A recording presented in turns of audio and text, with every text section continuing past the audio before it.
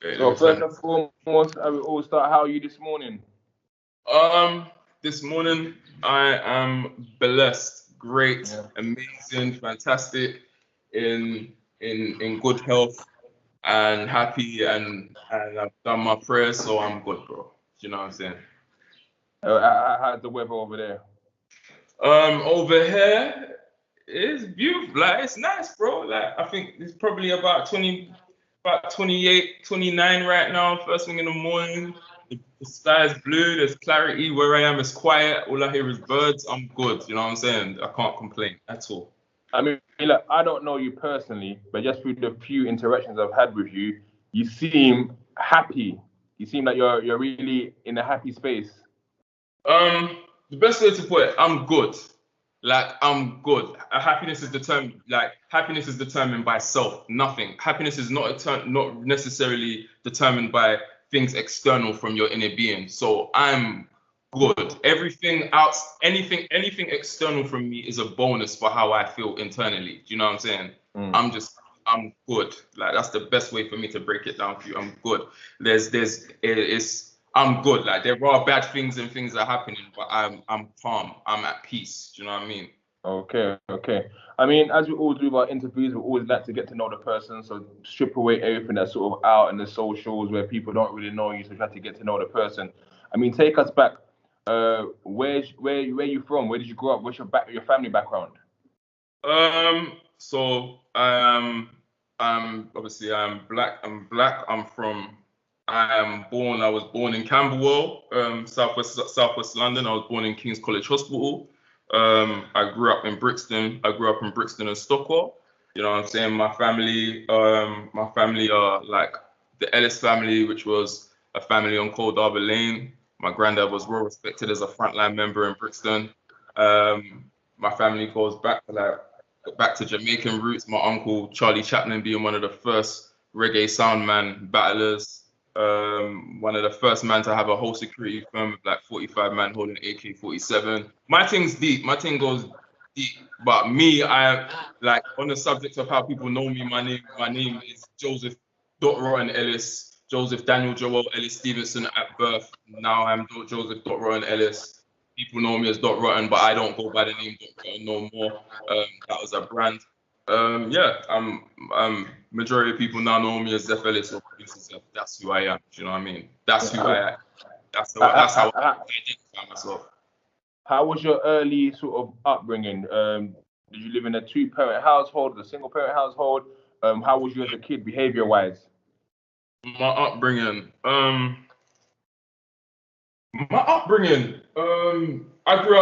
Originally I grew up in a two-parent house until I was probably about 4 years old. Do you know what I mean? So originally, a lot of people don't know this, but originally I grew up from birth. I lived in Brixton Hill, so I lived on New Park Road. So where like 6, 7, and all that stuff is, I literally lived on a block on New Park Road till I was about 4 or 5 years old. Do you know what I mean? So from that point, then my mum had moved. She had moved to Stockwell and had me in between my house in Stockwell and my grand's house where I grew up, which was on Cold Harbour Lane in Brixton. So between there, my cousins, between jumping, like you know how families when you're young, you go from place to place. So I'll be living with my mum. I might stay at my auntie's, which was in Mansfield, or I might stay at my other auntie's, which is in Loughborough, or I might stay at my grandma's, which is Cold Harbour Lane. So between my mum working, being a single mum, and me up and down, I was just around the whole of Lambeth, really. So that's kind of my upbringing on the subject of area. Like I grew up around there. Didn't When I reached my teenage years, I wasn't necessarily in Southwest London, so to speak, because shit happened. But I spent majority of my early years growing up South London, Southwest London, and then Birmingham and Manchester, because that's where my dad is predominantly from. Do you get me? But I didn't really get to see much of my family there. I just have memories of being in Birmingham and Manchester as a kid, type of thing. And did your father play an active role in your life? I know you said he's from Manchester. Was he someone that you had a relationship with growing up? No, no. I am And my own. I am my own father. I am my own. Do you know what I'm saying? and do you think that affected you anyhow as a young man growing up? As a young man, no, I don't think. I think emotionally, like in moments, maybe like in a moment, like when you're at school or something and you see a man with his dad or something, emotion in moments, but overall, no. Overall, as when you're young, you're not thinking about nothing. Maybe when I'm older and I started to gauge certain things, it just made me not like and for a long time I didn't rate my dad. Like I didn't rate based on the perception of rap. You're not about based on this and that. But as you get older, now in my age now, I can't really get onto anybody, especially pops or mum, based on scenarios that I had no understanding of. So now I'm older, my whole perception has changed. Whereas when I was younger, I might be like, oh, fuck my dad or fuck this one or fuck that one. But whereas now I'm just a bit like, you know. So I can't really say it affected me except for like in moments when you might see something and it might touch the heart and you think, right, like, I wish I had that type of thing, you know what I mean? But away from that, that just only made me go hard. It only made me want to be a man more. Me not having a dad around only made me want to be more of a man in self. Like what made me want to, like anyone in my family or anyone can tell you if they ask, like from the age of 4 or 5, if you ask me whatever I want, what do you want? I wanted a job and a dog, fam. I wanted a job and I wanted a dog, and that was me because I realized that in order to do anything in life, you need money. From a young age, I realized I couldn't ask my mom for stuff. So all I ever wanted was to make money and have my local pet brethren there. Do you get me? As a kid, anyone who knows me, like knows me, yeah. When Joseph was 4, he was talking about he wanted a dog and a job. And yeah, let that be what it is. I mean, how was you academically in school? Did you do well? In school, yeah, in school, out like in school I did fairly well until I reached secondary school. But in primary school, I did fairly well. Number one, I was like one of the only kids that I know at that time, like 1996, 1995, 1994, with a Macintosh computer. So I would go into. I remember going into school when computers first came, like to school, and teachers didn't know shit about them. And I'm on the computer teaching my whole class. I had a teacher called Mr. Donovan, and because I never had shoes and my school, Duran Primary School, I used to go to Duran Primary School because I never had shoes. My mum bought me trainers and they wouldn't allow kids to go out wearing trainers in the playground. My teacher, I think his name Mr. Donovan or Mr. Donaland or something, he used to keep me in all through like the whole year. I wasn't allowed out because I didn't have shoes and shit. So then when the computer room came, they wouldn't let no one in there because no one knew how to use computers. And I was explaining to my teacher that, right, I knew how to use the computers. So he'd bring me, see, like, okay, show me. So then I'd bring him in and show him. And from there, like, anytime there was a computer class, they'd draw for me. But like, on the subject of being educated, I was like, I had access to a lot of things a lot of kids didn't. So I wouldn't say I was more advanced than a lot of people, but I had more information on things before people did. So a lot of people did have me like a little child genius when I was younger. But as you get older, you just get to realize that, right, I had more know-how than other people, and that just kind of fades off. But academically in school, I used to love school. I used to love school. I did well in school until secondary school. That just went left. You know I mean, what happened at secondary school that was different? I went from, I don't know, I just say I went from being in a school that was very controlled. Like Duran Primary School was a very controlled primary. Like it's the best primary school in Lambeth. Like that the head teacher of the primary school is the highest paid head teacher in the whole of the UK. Do you know what I mean? He's serious. So going from a school that was systematic and I could feel it to go into a secondary school where it's just like everyone's running around like wildfire. Like I wasn't used to it, like, and I think I'd grown out of being in a systematic environment where people are telling me what to do, like you do this, you do that, and the more that I started being told what to do, the more I rebelled. So it wasn't long before when I started secondary school that I got kicked out. Like I started secondary school, obviously I think you start September or something, and I got kicked out April 24th, I think 2000 and. If not 2004, 2003, March or April 24, 2002 or 2003. I got kicked out of school when I was 11 years old. And I never went back to school after that. I never went back to no education after that. That was me. That was it. Education. Well, they didn't put you in a centre or nothing like that. They tried. Like I went to centres, but I can't really call centre education, bro. Do you know what I'm saying? I can't. Centre is just rehabilitation. It's just rehabilitation, bro. It's like, okay, sorry, that might even be the wrong words, but it's just raw. Let me put all these bad youths together and put them somewhere where they can be calm, where there's some people who can handle them. That's what centre is. If there's lessons in that, there's lessons in that. When I went centre with a whole bunch of man them. 10th man was in my centre. Crazy. I went natural, Brixton natural. So the amount of guys that pass through my centre that I see, and I know, like, man who are renowned and known for shit now. Do you know what I mean? Them times they're like, it wasn't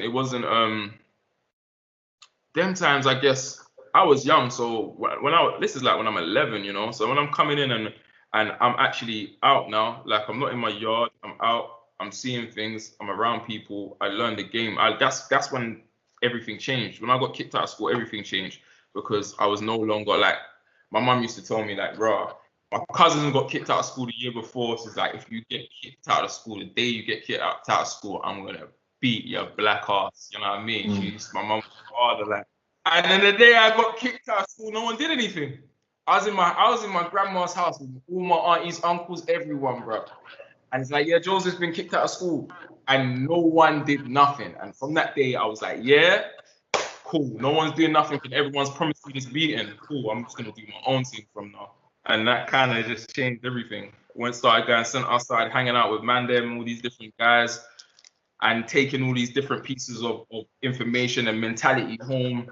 And then before I knew it, I just changed. I was a good little youth, and it kind of just changed me. You know what I'm saying? So, I mean, who was you hanging around with a particular set at the time? Bro, I'm from Brixton. I'm from Brixton. At that time, there was no. If there was particular sets, it was like there was no set. There was no sets, but there was particular sets. Like even prior to this, like don't get me wrong, like I grew up in Brixton, bro. My mum used to make me go to like Max Roach Play Centre, which is on the edge of Angeltown. So I've grown up seeing everyone. There isn't a person who I haven't grown up and seen. Like I've been in the ends, I've seen, like I've grown up and seen everyone. Times when man thought, right, this little youth's just a little boy in the game. Do you understand? Like when I'm a kid running around rapping, man, I'd parring me off. There's footage of me like 14 years old rapping in the park with the Nasty and all of these men because I was just a kid who just had ambition and wanted to do things. My uncle had a studio. He had one of the first studios in Brixton. So I was always musically inclined. There was always something I was doing. Can't really say I was running with a set because I was just a youth who had a lot of friends. You know what I mean? I had a lot of friends when I was younger. Nah, I wasn't really running with no set. When I was young, I remember battling Biker once, and Biker wanted me to join PDC, and I told him, nah, fam, I'm in my own. He would tell you, bruv, niggas wanted me to join gangs. I used to tell them, nah, fam, I'm in my own. You know what I mean? That was my thing. I wasn't willing to be under anyone's umbrella. I wanted to do my own thing. And was you just one of those people that from the end, or was you kind of keeping up with badness? Did you have troubles with the feds, prison? Was anything like that going on with you?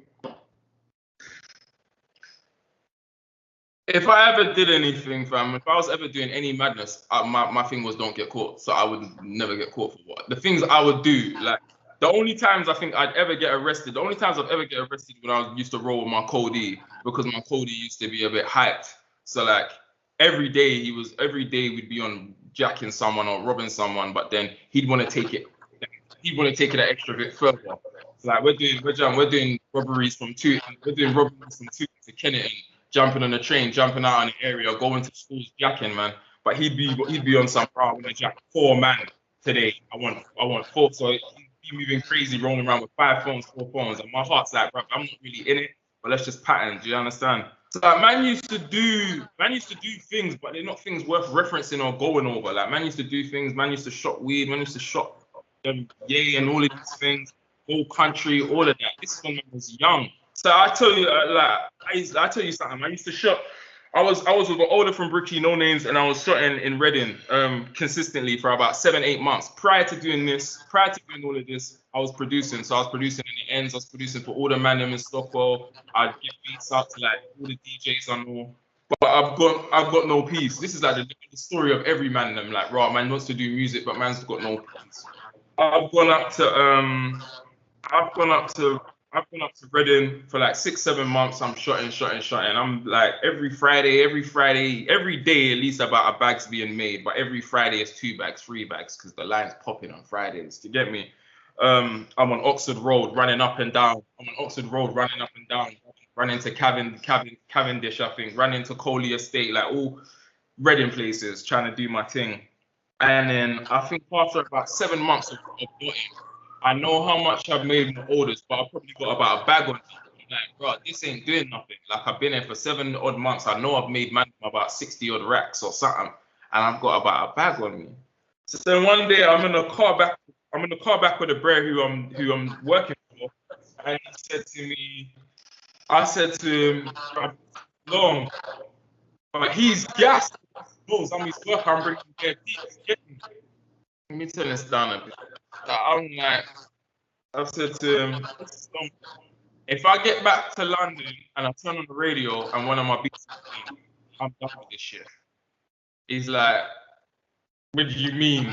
Like, if I get back to England and I put on a radio station, one of my beats are playing, I'm done with this. And he's like, yeah, whatever, bro. We got back to the yard, this house in Pimlico now, he's carrying all the paper. Sorry, we're on the way to the house in Pimlico, he's carrying out all the paper. And then I put on the radio, I put on Top FM. I put on Top FM for about 10 seconds. I listen, I turn it off. We get to the house in Pimlico, we're wrapping shit up. And then my guys can call. So yeah, man, we'll link you tomorrow, innit? I've looked at him and gone, nah, fam, I'm not linking you tomorrow, bro. What do you mean? I told you, fam, if we get to London and I put on the radio and my music, I'm done. Mm. This is after like 6-7 months of trapping with this Ray, making him hella paper, understand, mashing 2 works, doing everything. And he's like, oh.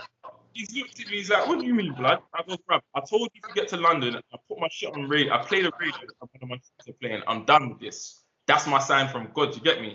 He's like, what? So you're not coming back tomorrow? I'm like, nah, bruv. Me and his friends end up stuffing it out in the yard, you get me? Duff man up a couple times, and I just looked at him and just gone, cool, no problem.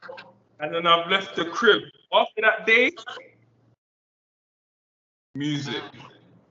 That was just it. Like that was for me my exit of anything like I'm gonna be trapping and doing this and doing that. No, I'm gonna exit this thing and 100% into the music. And that's like that was like after that happened, I released Cats on My Land. Which is my first. I think it's the first song of my first mixtape I ever, not the second mixtape I did, but my first mixtape that came out was me as Young Dog. A soul individual. Prior to that, I had a mixtape, No More Games, Crew with J Bugs, another youth, Info, another youth, and that was a crew that I started with No More Games back in, and Touching Bro. Bro, there's so much like we've gone further along, but when did you kind of get into music? When did you start writing as well? And of course, it was grime at the time. And what was your influence at the time that got you involved in that sound? When I started writing lyrics when I was 7 years old, bro. I started my uncle had a studio in on Cold Harbour Lane in the house. It was one of the first studios in the area. Do you understand? So when I grew up and I used to watch my uncle engineering for Mandem, engineering for random guys from the area. He was like one of the first rappers in the area in Brixton. And he used to do b-boy competitions. Do you understand? Like I started rapping young. You understand? Like young. It wasn't new. It was never new.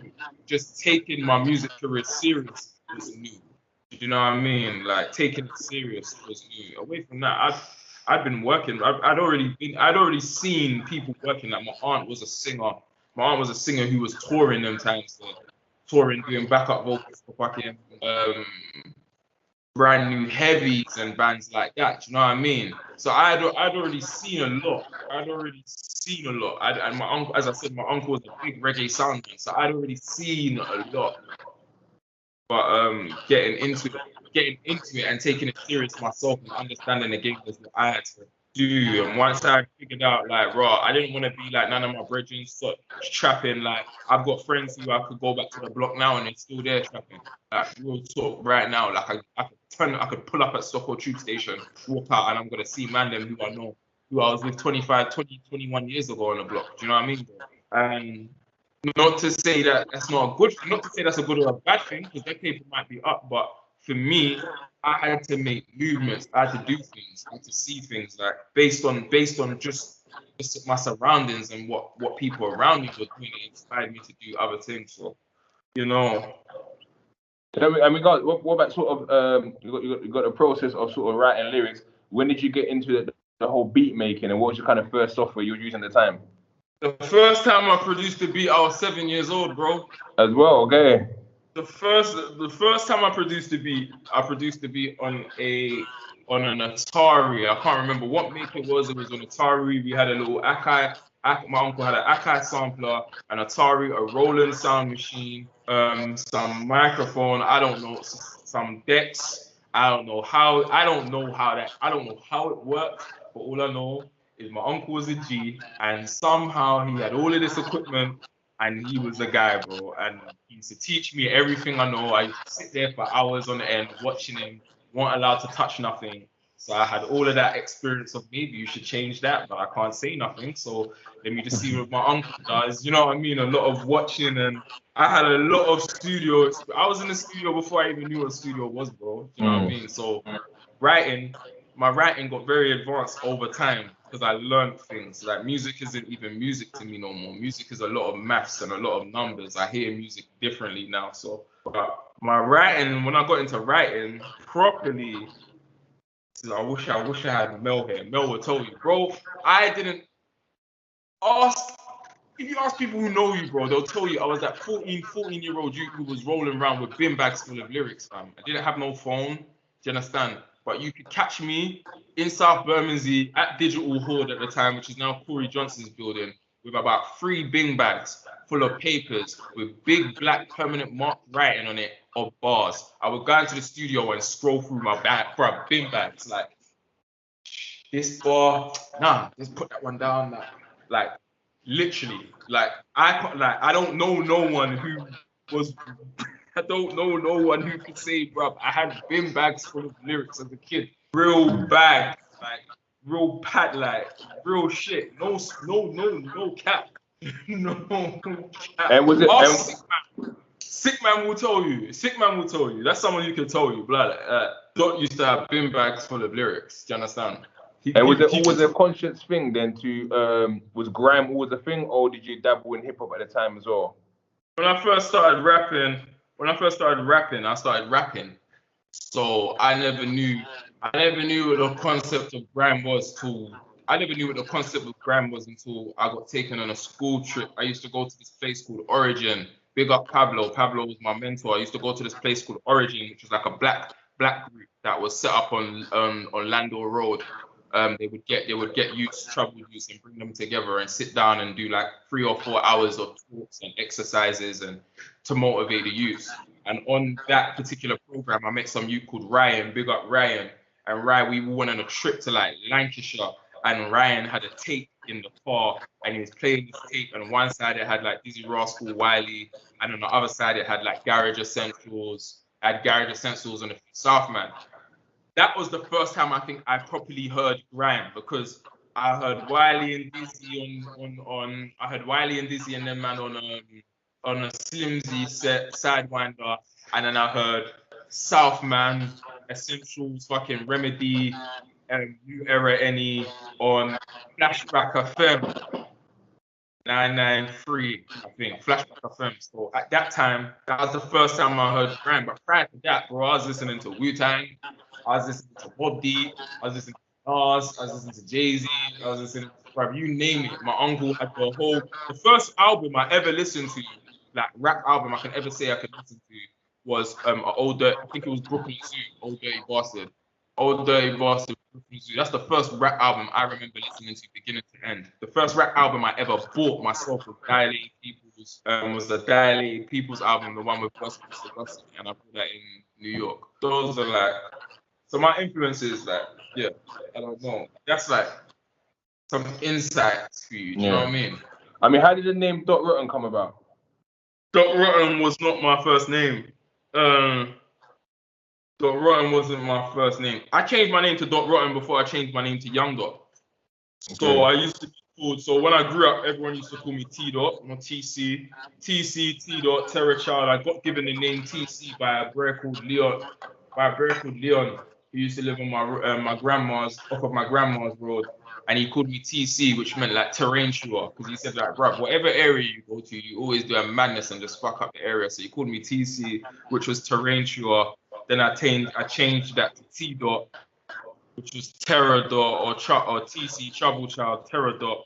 Then I changed that to Dot Rotten in Annie's basement, because I just liked the sound of it. I was like, bro, Dot Rotten sounds cold. I like that.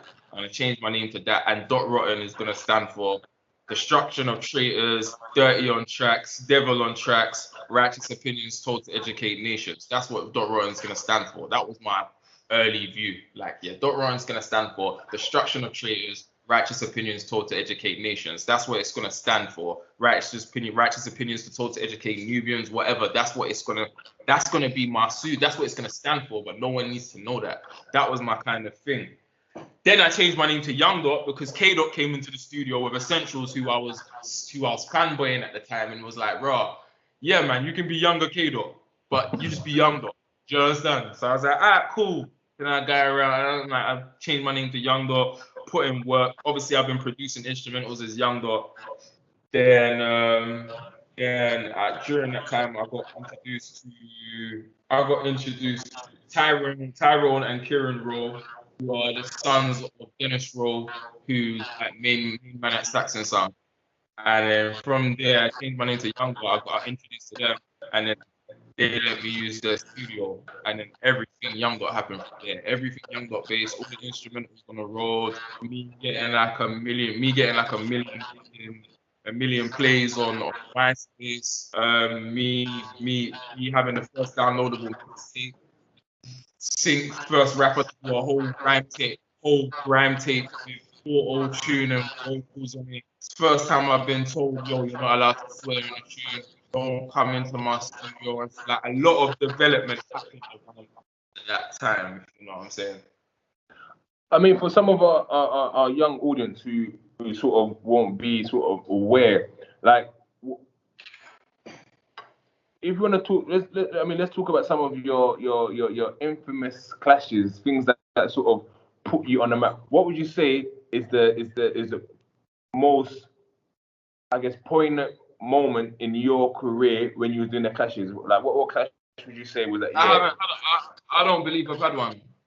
I don't believe I've had one. To be fairly honest with you, like, my career, like Dot Rotten and all of the stuff that's done, when it's happening, I'm like, while it's happening, I've never been like engaged in the moment. Like, I'll tell you this, I said this to someone the other day. As an artist, I never started reading comments. I didn't start reading comments of what people thought about me till like 2016. So the whole time I did music, I never cared what anyone thought. I never looked into what anyone thought. I never looked at anyone's comments. I didn't pay no attention. I just did what I was doing. You know what I mean? So for you to like, what's my like clashing, whatever? Like I don't even listen to Dot Rotten music. Like, I don't listen to Dot because right now, like I was gonna ask you like, who do you think you're interviewing? Because you're not interviewing Dot Rotten. Do you know what I mean? Like Dot Rotten's a brand that I created, that I've done everything I needed to do under, and that's settled. So like it's on, and yeah, I rep it by putting it on my passport and that, like, because that was the brand. But everything Dot Rotten, I'm external to, because that's how I've kept it. Do you know what I mean? So I wouldn't even know what a fan's favorite Dot Rotten song is because I'm not connected to the brand like that. I wouldn't know if I wouldn't know what to go on stage and play as Dot Rotten because I was never connected to what the fans love of Dot Rotten like that. Do you know what I mean?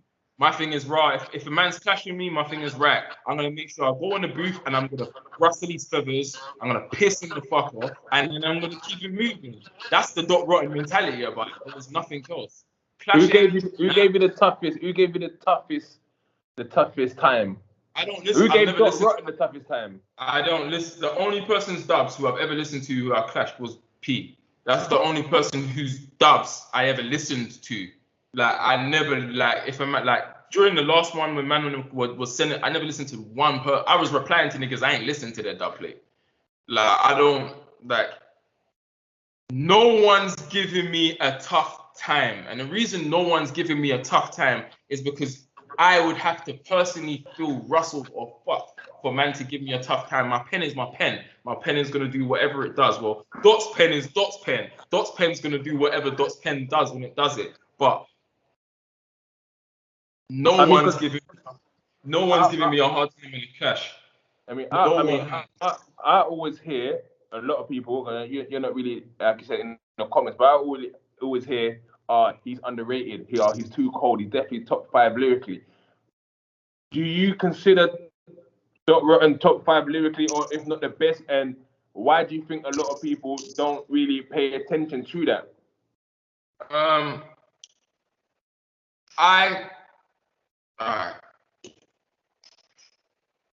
I don't consider myself top 5 lyrically in the UK. I'll break this down. I'll break down reasons why. I can rap the same way that a lot of other men can rap, and there's a lot of art in rapping. But at the same time, I can only say that I'm respected that way because as well as supplying instrumentals for rappers to rap to through my whole teenage years, my teenage years to even up to now, supplying the whole game with music to rap to is one thing, but then changing the narrative of just 8-bar reloads to actually I'm gonna write about something that's actually emotionally bothering me, and I'm gonna put it into pockets of the beat that no one else uses. When you're coming up and you're hearing a rapper like that, you get inspired by their style. So there's a whole generation of people who didn't just come up listening to my beats, they come up listening to my bars, and there's a level that I introduced that weren't there before. Do you understand? On the subject of spitting on grime anyway. You know what I mean? So a lot of people will proclaim that, raw, Dot's top 5, Dot's 6. And I understand because the way I write my lyrics is a bit different to what I hear. You understand? That's why I can't just turn out tunes, because for me, it's all God given. If I'm meant to say something today, I will say it today based on the fact that God said, yo, you need to write this today and say it. I won't just get out of my way to write. Or if I'm going into the studio, I'll pray before I go into the studio or something, do you know what I mean?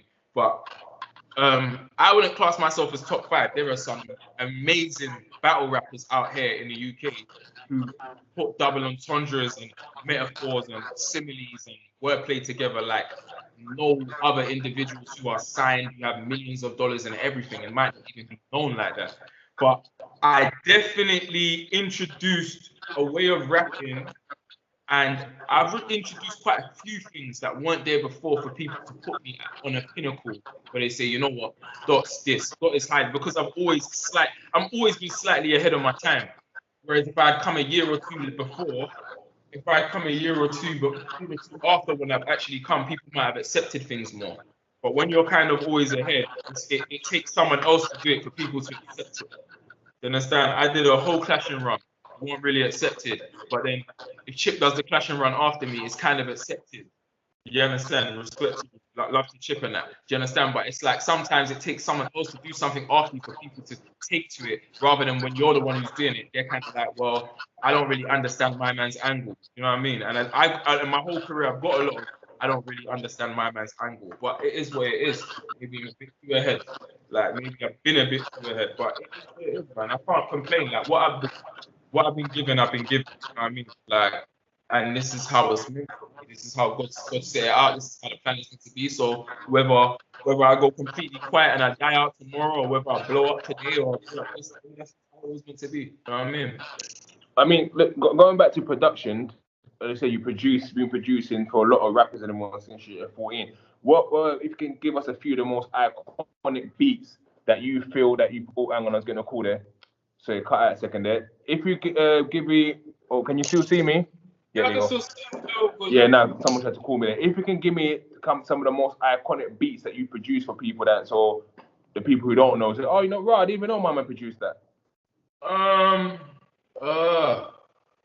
Well, iconic beats. When I was a kid, of course, when I was a kid, I made Bazooka, which was like, I was like 14, 15 years old in a club seeing my tune fuck up the whole dance as a kid.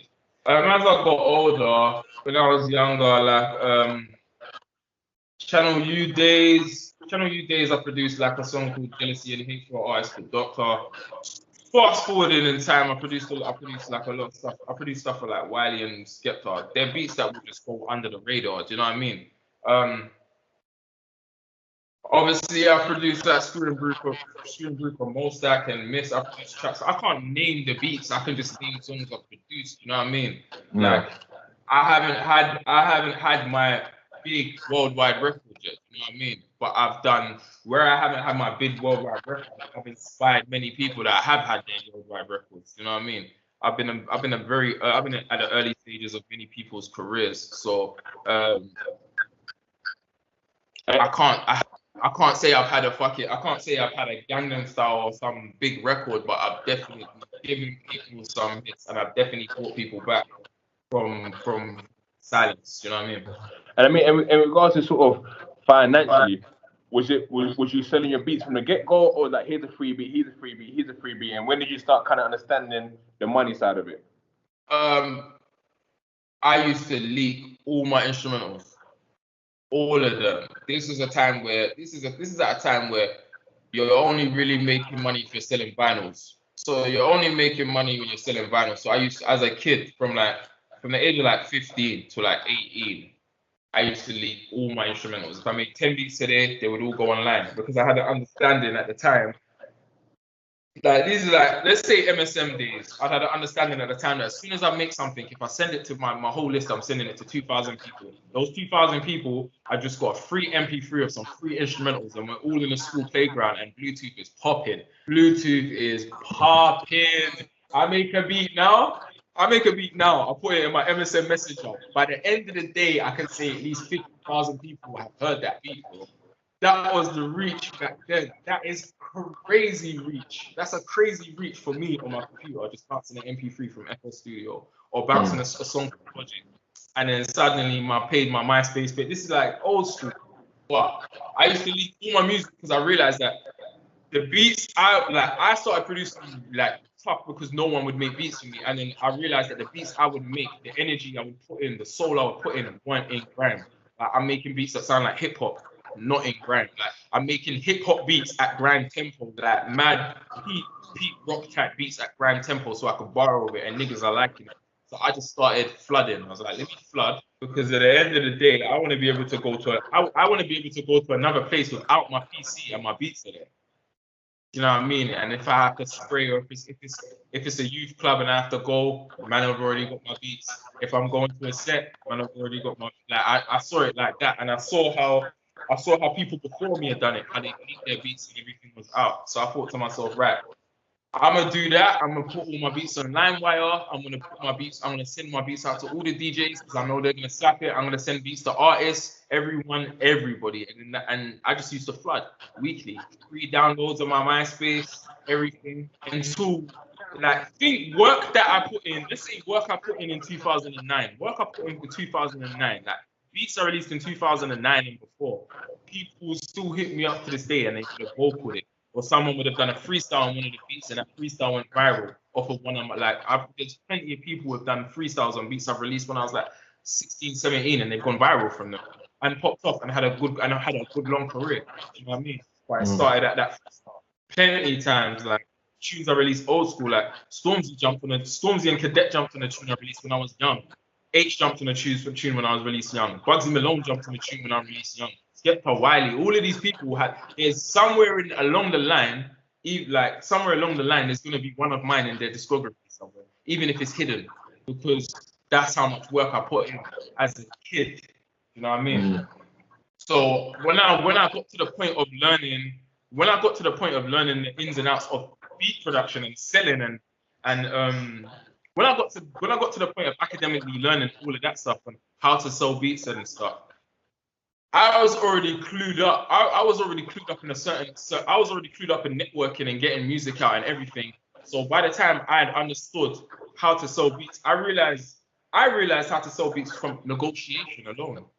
Just from negotiation alone. Not even like I've read anything or anything. I was just negotiating with people, back and forth, this one, that one, that one.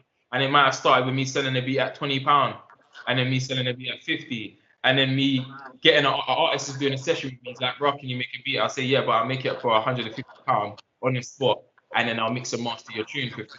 So now I'll be doing £200 sessions. And then I started to realize in negotiating with trappers and all these different types of people, right? You know what? My shit's worth shit. I knew it was worth shit because I've had a sold out record when I was 15, had a sold out instrumental on vinyl when I was 15 years old. You know what I mean? But I hadn't taken day-to-day business into consideration just as a musician because I was solely focused on getting big and getting known. So by the time that I did have an understanding, I utilized everything I ever learned prior to that. And then my business for selling beats is just straightforward. It's always been straightforward, it's been straightforward. It's straightforward. I mean, so how did the situation then with Still Banglez arise? Because that was I guess you guys collaborated, and then sort of, I mean, things fell off after that. But let's talk about the good times. Like, how did that all come about, and what was the process behind that? So how did I meet Banglez?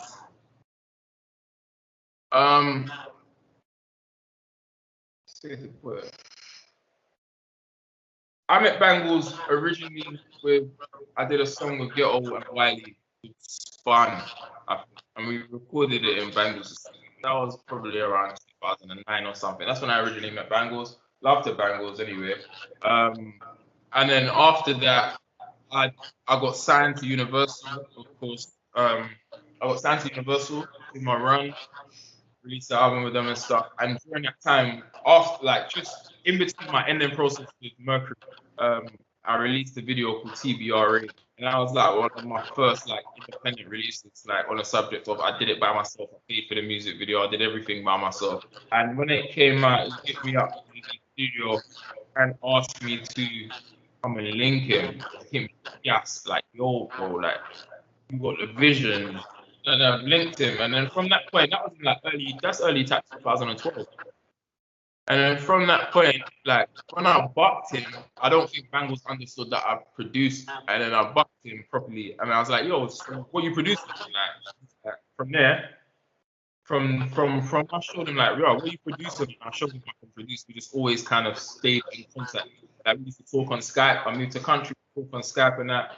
I'd go back him, produce beats, etc. And then over time, just back and forth, back and forth. You know what I mean? And just developed from there, really. Our relationship developed from there. It's not like I was solely working with Banglez, but we had a good working relationship, you understand? Okay. And then so was a thing, because I know at the time it came at you saying you was creating the beats and the credits wasn't coming to you. No, let's put it like this. There's a lot of music that I produce for Banglez that I wasn't credited for. I might have got payment on the back end, but I wasn't credited for. It's not necessarily an issue for me now. I can't say it was an issue for me before. More of the issue was there were some things that went down on the subject of if I'm working with you and you're my brother and someone's doing me dodgy, if I'm working with you and you're my brother and someone's doing me dodgy and I've let you know they're doing me dodgy, I don't expect you to be funny with me because I'm calling out that they're doing me dodgy. Do you understand? And for you to say, oh, it's affecting business, the fact that you're calling out someone who's doing you dodgy because they're industry. And I'm saying, well, bro, a man's doing me dodgy in your name. You know what I mean? So, no matter how I have to address it. It's me. I'm the entity that's being done dodgy. So it's like it's not a situation where my situation with Banglez is based on, oh yeah, you didn't give my credit. It's based on things behind things that have happened behind that. But yeah, we're brothers. Do me correctly. You know what I mean? Vice versa. There's no. For me, there's no bad blood with Banglez. There's no bad blood. What happened. We've had our conversations and etc. etc. And I just let that be. Do you know what I mean? I just let that be. So like, I mean, because there's a situation where. Mm-hmm. So there's a situation where you wasn't going to release the beat. So that, I think it was the J1 beat. Like, no, I'm not releasing it. I don't care. So did things affect you to that point that you wrote, you know what? The J1 song got released. The J1 song got released. The situation was, if I'm correct at the time, you see me even delving, like I'm so past. The situation at the time, if I'm correct, was, see, I'm trying to delve into my brain to think. The situation at the time, if I'm correct, basically had to do with back and forth with J1 in the DM after him coming down to do a big session with us. Back and forth with him. I think he just said something cheeky to me. He said something rude to me about the beat. He said something rude to me, and he said he's gonna talk to Banglez about it. But I said to him, bro, I made the beat. Or I actually can't even remember the nitty-gritties, but I can tell you that it went off in the DMs between me and J1 in the DMs. And I was saying to him, bro, like, I don't know who you think you're talking to type of vibe. And then he's like, it just went off, bruv. And so I was just like, you know what? You wanna fuck with me and you're talking all this smack, bruv. The beat's gonna cost 15. The beat's gonna cost 15. Hold like that. I don't want nothing to do with you type of vibe. And then obviously that created between me and Bang. But it's just whatever. It's whatever. So what under the bridge, I guess. What under the bridge. So I mean, lastly, it's whatever. Do you know what I mean? It's whatever. That's not like let me break down something to you, because in my life, these aren't the things that define me as a man. Do you know what I mean? These are the things the internet gets. These are the things that the internet gets to talk about and gets to have their little debates and their conversations about. No one wants to talk about the work. No one wants to talk about the individual and what they're doing, and potentially why people have altercations with them, or no one wants to discuss, like, with me personally, because even down to sometimes I feel like people become my friends to have an argument with me, because it sounds good when people say, oh, they had an argument with Dot Rotten. It sounds like, I don't know why, like it, but it's become that thing because people have set that narrative for me. Whereas I'm not the man. Majority of people who know of Dot Rotten have never had a conversation like this, let alone spent hours with me, seeing how I conduct myself. People who know me, they love me, bro. They love me. I come through when they need me to. If anything goes down and they need me, I've got a good word of advice for them. I've got the energy for them. I'm healing. Do you understand? Like, people who know me, like, real spill. People who know me know I'm a healing man, bro. You know what I mean? But the internet and the narrative that gets set for me is a different thing, based on Dot Rotten and based on the brand and based on the content and based on everything that's gone into that and based on who I was when I've grown up. Like, that's why even when we wanted to interview me, the only reason why I was solely interested in doing it the way I was, because I know that you've never had a conversation. You don't know me. Do you know what I mean? So whatever your perception of me, for you to have a conversation or want to have an interview, I'm due to shatter that, because whoever you think Dot Rotten isn't who I actually isn't the whole of me. Do you understand? It's segments of my life where a particular time I've behaved in particular ways, but that's not who I am. I'm a 24/7 worker, bro. I've put my life into music in such a way that I can tell you I've spent more time in front of a computer and in front of a screen than I have with my own family, because I have really put my life into music. Like, that's why I've met all of these individuals. That's why a majority of these individuals have had issues with me, because when they wanted something, I've been unable to do it. I might have been unable to do it for them, or not done it in their time scale, or I've delivered and they haven't delivered, which has created all my notifications that have come from music have majority of the time been created because I've delivered or someone hasn't, or someone says I haven't delivered, and it turns into something. It turns into some sort of jealousy or anything. Do you know what I mean? And like and there's things I've done wrong, and there's things that you do wrong as a man, and you always own up to them and accept them. But this in this life, you can only do what you're meant to do and what you're chosen and what you're guided to do. So whatever I've been through, it's for people to understand and learn from it, and then from them to gauge who the individual I am as a person, for them to understand that, raw, this guy actually has just been a hard worker throughout the whole thing, minus the bullshit, minus the clubbing, minus all the things that we've seen from him.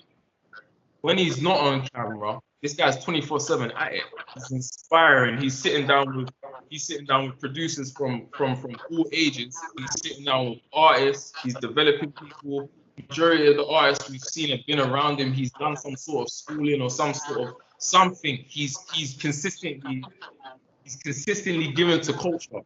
Like, consistently made sure there was some sort of development somewhere. That's drill, that's Afrobeat, that's working with bangs, that's changing the sound of the UK, that's being in the background. Like, there's all I have a heavy involvement, whether the platforms want to give me the accolades, whether people want to brush the work that I've done under the rug, because when it's brought up, when it's actually brought up, conversations are these ones. So what happened with Banglez and what happened with Bo, what happened with P? These are the questions that I addressed. It's never like, so what have you been doing? What inspires you daily? Where do you want to see the scene go? What is your ultimate goal? Like, where do you see yourself in 10 years? It's always things that potentially lead to animosity if the wrong things are said, or interpret what you said in the wrong way. You know what I mean? And as you see with how we do our interview stuff, we want to get to know the person, but we'll be doing a disjustice by not asking the questions that people do want to know. But at the same time, it's like, okay, we ask those questions, but before we get there, we spent 45 minutes getting to know the person. So people still going to want to know. I mean, that brings me to the bowl situation. Do you want to touch on that? You can ask me whatever you want about it.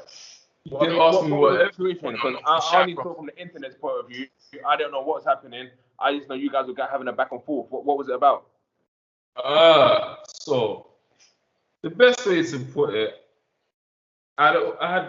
it's weird because I did a diss track for Preston Conan back in the day, and I mentioned Bo in it. Me and Bo had a conversation on the phone after that diss track where he's like, bruv, this is real spill.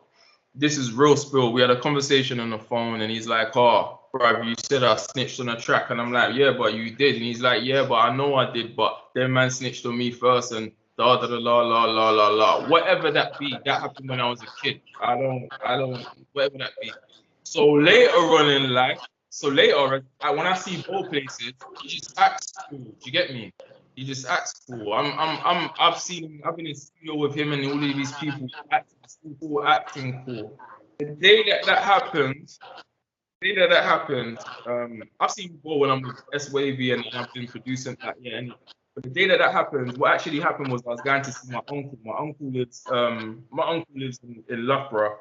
And the direction I was coming from, it made sense for me to go through town to get to Loughborough. This is Brixton, bro. I grew up around here, bro. It's funny enough, as I was walking through town down to my uncle's, I've seen someone and they're like, yo, bro, what you saying? I'm like, yo, fam, you saying? Someone I know. I'm not even gonna mention their name, but yeah, someone I know. They're like, yo, bro, what you saying? Da da da da da da. I said, no, I'm just cutting. But I was going to see my uncle because I was leaving England. So I'm glad to see him much before I leave. You know what I mean? Because I ain't seen him in time. This is my uncle who inspired me. This is my uncle who first had the music studio and everything. So I'm glad to see him before I leave to cut from England.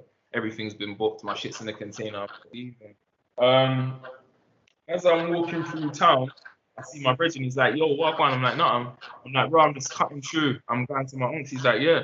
I was like, who's inside? Because I know I'm passing the studio. Because I know he's like, who's inside? He's like, oh, Bikes is inside. La, la, la, la, la. But I've got 2 suitcases with me and shit because I've just bought a bunch of shit. I bought some stuff. I bought some suitcases and stuff for my leave. But I'm going to see my uncle before I go. He's like, cool. I'm like, call him for me because I've got to go. Do you get me? I'm in a rush. He's like, oh, he said, come inside. You get me? So I've gone in. I've kind of just yelled everyone because I don't know where he is. I've gone in looking for him. I've seen Bo. I've gone Wagwan, Bo, whatever. I've gone. And like, where's Wavy? Is Wavy about? They're like, gone. I haven't. I found Bikery's on the phone. I'm trying to talk to him. He's on the phone. He's like, 1 second. Then he's walked out of the corridor. Then I've gone back. Then I've seen like Bo and I'm next to you. And he's like, raw fam, why don't you produce for the man then? Get me? I'm like, bro, I've come here and dropped off things for Jaja and la. I think that was the first point of trying to create an issue, man. You get me? But I'm in there. I'm like, bro, you know what? Let me just wait to speak to Bypass. So I've gone to roll the zoo. As I've gone to roll the zoo, Bo's coming over to me like, bro, let me chat to you. Just try to grab, man. You get me? As he's tried to say, it's just gone off like that. Like, he's tried to grab, man. As he's tried to grab, man, I've moved. You get me? As I've moved, now there's bare people around, man. Fam. I can't talk for how much people are in the building. But ironically, this is why it's weird because this studio is the same studio. This is like the first studio that my uncle ever took me to away from our home studio, and because he used to work in the studio. So it's ironic that I'm now in a studio that the first studio ever built by my uncle when it was owned by my uncle's friend. And now, man, I'm trying to actually rush me in the studio. So they grab me, and then obviously what you lot have seen is the camera go up, and then whatever's happened here has happened there. But after that, it's gone down. After that, it's really gone down. Do you get me? I don't know what I haven't even watched that footage, bro, because I know what happened in real life. Do you know what I mean? So after that, it's really gone down. Man, them tried to grab me and all shit, tried to pop my rollie and all of these things.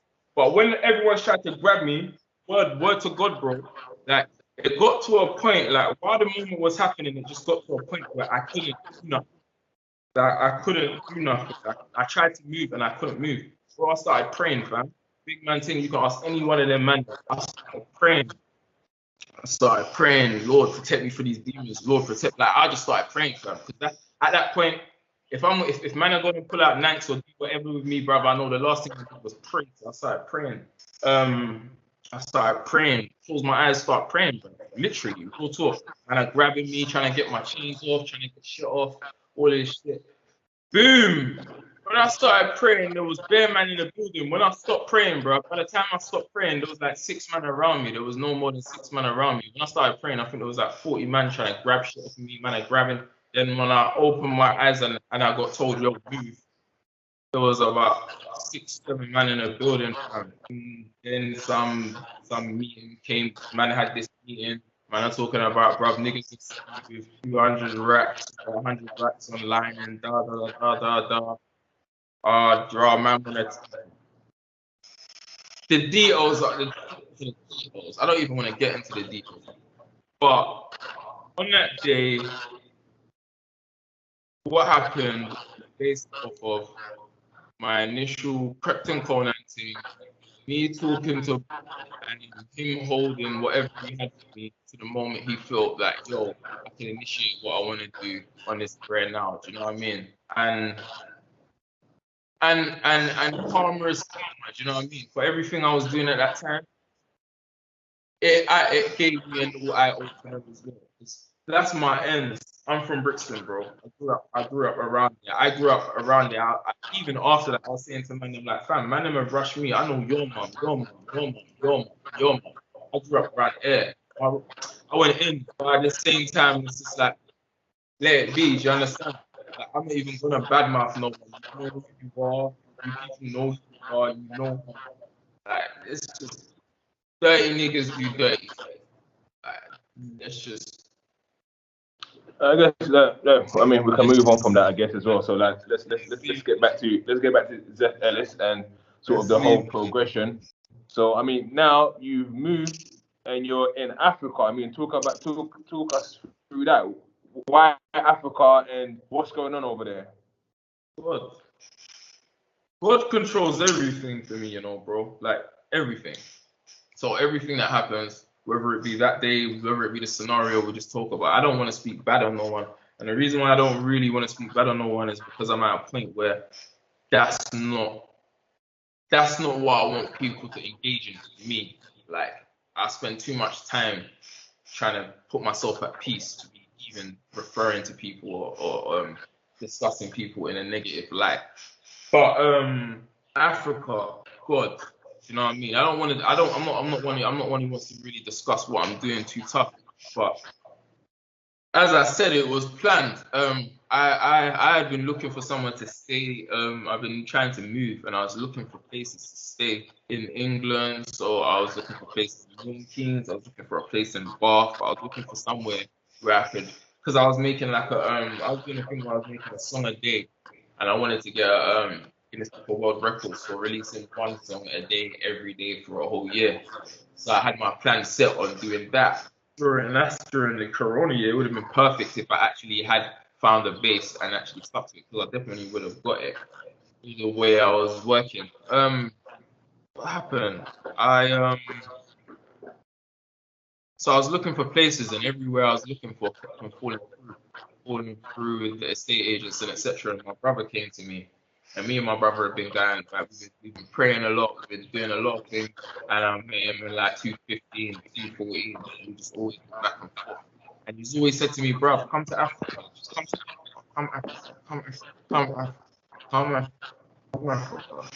And then something hit me. He was on a car, and he said, bro, you should just come to Africa. And I thought to myself, well, if we're praying all the time, and I know the miracles that have happened when we've been together, and God has protected us. But if God's telling me to pray for you and I don't listen to you, I'm not hearing the signs. So I'm like, alright, cool. Go look for a place online, find somewhere we're gonna pray, and let's go. You know what I mean? Look, I'm smiling because I'm just like, it's actually a beautiful experience. And I've gone into the studio and I'm like, fuck that, let me just look for a place. And I found this house and I'm like, yep, we're going there, because the plans we've got, the business, the company we're gonna start. If we need to have business with anyone, we need to conduct with anyone. This is where we're gonna go. We're gonna go here. This is gonna set us up for what we need to do. And in a space of three phone calls, the place was verified. So from that point, I'm like, well, God. So even since I've come here, I haven't been in the studio for like a year and 3 months. So How long you been in there? How long you been in Africa now? I've been in Africa for about a year and 8 months now. But since I've come here, I didn't go into the studio for like a year and 2-3 months. I was just living, understanding, like changing. Do you know what I mean? Like I've seen a lot. I understand a lot now. Can you say where in Africa you are right now? I'm in Gambia right now. Do you know what I mean? So, but my perspective on life has definitely changed. Definitely changed. So now I'm just about my work. Wake up every day, do my workouts. I get to my work. I contact artists. I'm on my emails. I'm pushing my music. I'm working with people consistently. I'm building my house, buying land.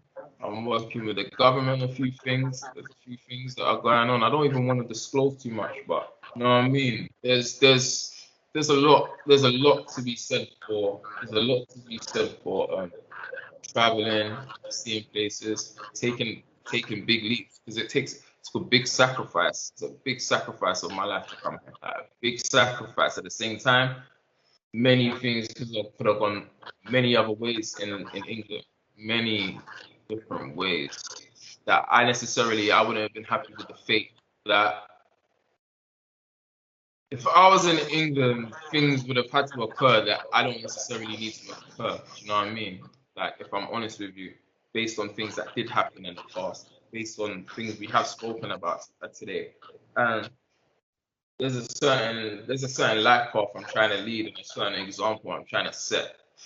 Do you know what I mean? Like and that's why discussing certain things is just like, yo, like, yeah, it's a part of time, but as much as people need to know the nitty-gritties and the ins and outs of things, there's so much more. There's so much more. There's so much more outside of where we grew. There's so much more to invest in. So many places you can put your money. Like I've been properly watching interviews and hearing how outlandish people sound when they say things, like when I listen to Kanye interviews and I listen to particular people talk and how outlandish people are when they say things. But the truth is, people are telling the truth when they're telling you, yo, like, spend, like, I've got jewelry here, bro, and I'll never ever spend another penny on jewelry in my life. Ever. Ever, ever, ever, ever, ever. Not even a wedding ring, my guy. Because the things I am now seeing, the things that, bro, like rappers in the UK, bro, like people that are on right now, the things that they could do, the things that they could do, the people they could touch, things that they could do. I can't even explain it. Like that's why I'm now like everything that I thought I was doing that had a particular purpose, that is out the window. Anybody who I had issues with, who feels like they still have an issue with me, that's on your side. Because for me, I can't see you. I can't not like in the most respectful way. I can't see none of that. I can't see it. I can't feel it. That energy dead for me. Because what I'm trying to do, I'm a light worker, bro. Really trying to raise the vibration and the frequency of Earth. I'm really trying to touch people in a way. Like I used to, like I think a reason why a lot of people gravitate to me as a kid when I was dot running, I used to go of just hidden gems in my shit. And I feel I feel that's why a lot of people was drawn to my instrumentals, because I put a lot of soul into my music. Do you know what I mean? Now at this point, if you fucking with me and you're trying to get on this thing, then keep all the bullshit over there. Keep all the madness over there. I'm not for it. I'm not for it. I'm only like anyone who's ever been around me, bro. Ask anyone. Let me turn this down a bit. You can ask anyone who's ever been around me if they've left me gems. If I've been a person who's led them in the wrong direction, or if I've been a person who's led them right. Because I guarantee you, anybody who's been around me, talk to them, tell you, yo, niggas chat shit about Dot, but Dot's only ever done good. And the only ones who ain't like that are the ones that were trying to press, man. And that's the realness, fam. Like that is the realest. So now I'm trying to do some different things. I'm trying to help build this country. I'm trying to build a legacy. I'm trying to leave some stuff for my family, for my daughter. Do you know what I mean? I'm trying to make shit really. I'm like you walk down the road and you see yes sir.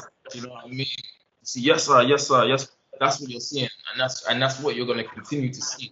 I know internet ain't seen none of that yet. You don't need to see none of that just yet. This is the most that people can get from me. And whatever people want to highlight and what they want to grab onto is their narrative of who I am. That's their business, bro. But like, I'm a human being like everyone else. My drive is to make music and let people hear my stuff and enjoy me, enjoy the art that I bring, because it's art. And whatever you want to set, whatever type of narrative you want to set to me as a person, like who are dots like that, or dots like this, then I'm sure you haven't met me in 2021. I'm sure you haven't sat down and had a conversation with me. I take you out for a meal. It's some real shit. But until people want to let go of that stigma, let go of that thing that they had for me, is let them live. But you know what I mean, bro? Like after I get off you, I'm open my program and Rust get straight to making some music and working. Nothing else matters. I've got some land that I'm developing. I've got some things that I need to extract money from particular avenues I've made to invest in the right places, set my legacy, bro. Do you know what I mean? When I come back to England, I'll come back to England. I'll give my flowers again. But I know that right now I have to set a foundation for myself, and things that I'm doing here, I can't do it. And I know I haven't even detail on what I am doing here, but the things that I'm doing here, I can't do that. I've got my brother, Like even as I'm out, even as I speak now, my brother is out on the ground, like on a big operation, helping clear the streets and stuff that I can't even get into. But things are actively happening where I'm engaging in different things I didn't engage in. So with my music and my fans or the people who have supported me or want more from me, I'm making sure that while I'm doing what I'm doing, that I'm going to supply them with stuff, even if it's not directly, even if you didn't know I'm producing. Because I might stop putting my tags on music and stuff. Because a lot of times when a lot of people know that I produce stuff, it gets blocked.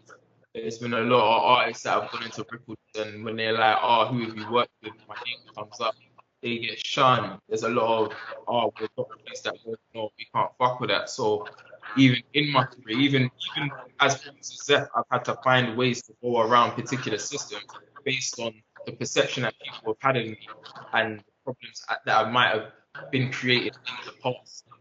Like, I don't want to have to do that. I don't want to have to fight. I don't want to have to run all the way around the block to go next door. Do you know what I mean? But at the same time, based on the perception of me from the past, there's ways I've had to maneuver to be able to do it now. Like I've produced for pretty much everyone, bro. Or pretty much everyone does something. The only person I think UK wise who I haven't produced for who's a big name is like Gigs. Do you know what I mean? Mine is that I produced for Steph, H. Hopefully I get one. I've been in studio with Tion. Hopefully I get one with RD and all the new up and comers of top shit. You know what I mean? So it's like work wise, my ethic is constant. My ethic is constant.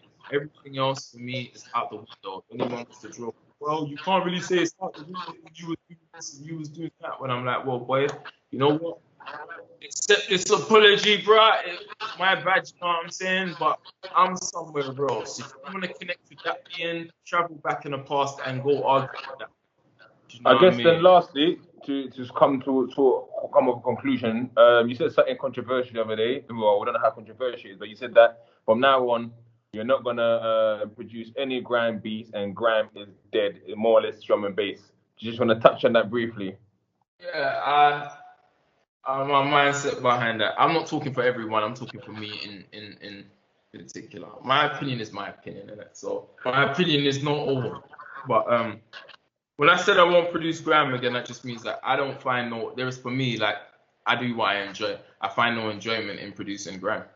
That's it. Like, and I produce some big grime records. I produce records that hold strong till today. Like, but that's it. Like, I'll produce at 140, but it's not gonna be grime.